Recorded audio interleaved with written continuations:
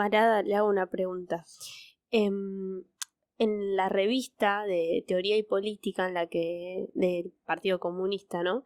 En donde hablas en el 77. Este reportaje en el 77. Claro, que contabas un poco sobre toda esta experiencia y vos hablabas sobre el deber que sentías para con el partido, que quizás fue lo que te hizo aguantar en esa situación.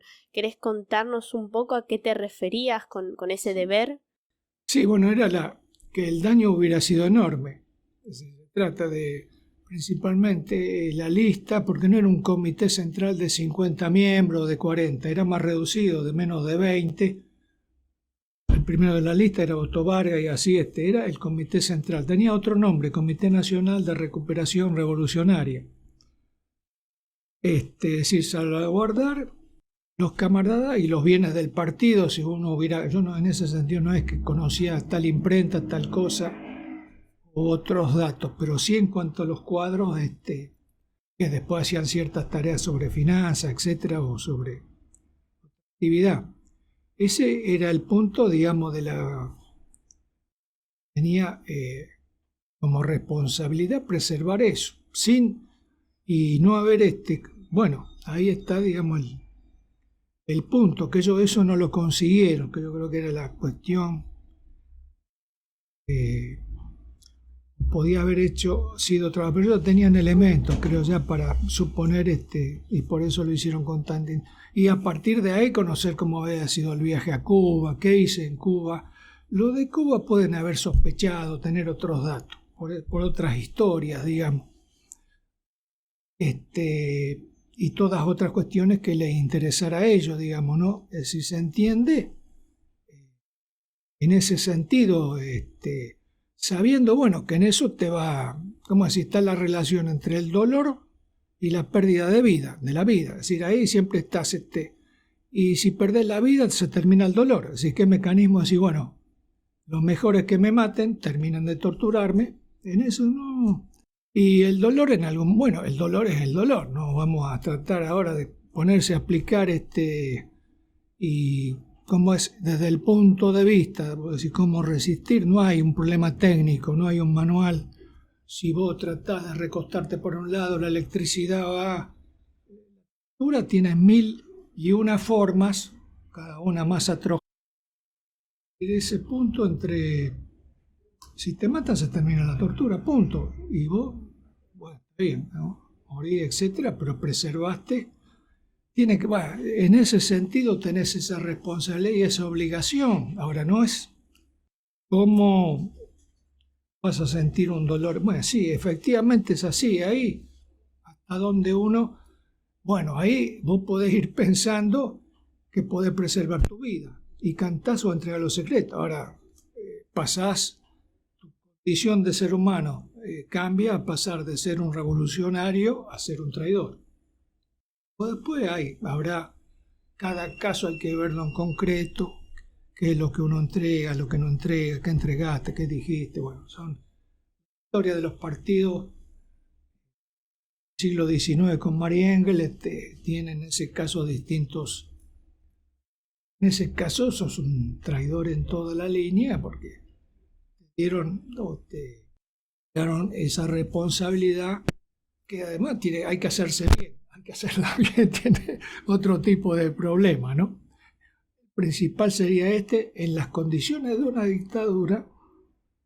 Bueno, ese era con Onganía y con la dictadura de Videla, con otros compañeros en esta tarea ya, porque ahí se terminó mi participación en esa tarea, ahí pasé a ser, ya no tenía, por más que me recuperé después, tenía que ser, fui reemplazado por otros compañeros y compañeras, digamos, esa es otra, que tienen su espalda también al día de la fecha, en cada gobierno, en cada momento, tenés tipo de responsabilidad y obligación, digamos, ¿no? De hacer bien tu actividad, que quiere decir no clavar a los compañeros, hacer perder el tiempo, digamos, muchas cosas, muy complicado. Si no, ante una situación como esta, hoy vos decís, bueno, el tema de la tortura existe en la Argentina, es un tema, es universal y no hay ninguna nación, habrá alguna, pero como excepción. miles de años que existe y tiene características en cada momento histórico. Y eso, cada momento, en cada tarea de esto, como es la a este punto, digamos. Lo que vos me decís, como el deber, la obligación, creo que tiene que ver con eso, digamos, cada uno. Cómo es frente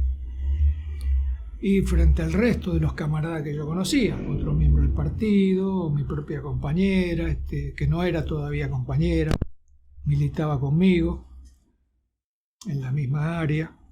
Casos más, porque hay historias aparte donde de otros partidos comunistas, en América Central, por ejemplo, 60, por esos años, fue en en 1965, había un proceso de lucha armada en Guatemala, dirigido por el Partido Comunista. ¿Era una organización? Sí, creo que sí. Y bueno, por algún mecanismo lograron ubicar que se iba a reunir, que iba a haber una reunión del Comité Central del Partido Comunista de Guatemala, creo que era. Bueno, llegaron al lugar, eso lo tenía. ¿Cómo fue que lograron conseguir eso? Era un artículo que salió entonces en una revista mensual que se editaba en el PC y en otros partidos comunistas.